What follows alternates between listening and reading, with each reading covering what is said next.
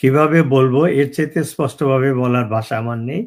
সেটা হলো ইউনূস একজন সাম্প্রদায়িক ব্যক্তি, মুক্তিযুদ্ধ বিরোধী ব্যক্তি, বাংলাদেশ বিরোধী ব্যক্তি, একটা অসৎ লোক, একটা মানে সুদখোর তো আছেই, যে মানে কত স্বার্থপর লোক যে এত বড় একটা পজিশনে গিয়ে প্রথম কাজটা কি করলো, তার বিরুদ্ধে যে কেসগুলো ছিল সবগুলো উনি বাতিল করলো। তারপরে কি করলো, 660 কোটি টাকার কর ফাঁকির যে রায় তার বিরুদ্ধে হয়েছিল সেটা তিনি মাফ করে নিলেন।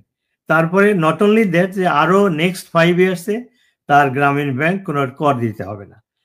কর কর কর কিসের সম্পদ? দেশের সম্পদ না, মানুষের টাকা, মানুষের এটা অধিকার আছে না, সেটা মাফ করে নেওয়ার ওনার কোনো অধিকার আছে? সেটা কেন করলো? একটা অসৎ ব্যক্তি, স্বার্থপর ব্যক্তি এই কাজ করতে পারে।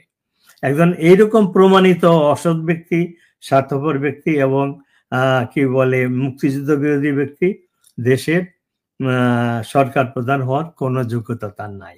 বাংলাদেশের তার নিজের জন্য ভালো হবে, বাংলাদেশের জন্য ভালো হবে, সে অতি সত্বর রিজাইন দিয়ে অন্য কারো মাধ্যমে সেনাবাহিনী হেল্প করতে পারে, নিরপেক্ষ যোগ্য লোকের মাধ্যমে ইমিডিয়েটলি নির্বাচন করে নির্বাচিত প্রতিনিধির হাতে যে সমস্ত রিফর্ম করা দরকার, সেই কনস্টিটিউশনই বলেন, নির্বাচনের কমিশনই বলেন, যত ধরনের দুর্নীতি আছে সেগুলো ই করার জন্য একমাত্র নির্বাচিত সরকার, নির্বাচিত জনগণের নির্বাচিত প্রতিনিধি করতে পারবে।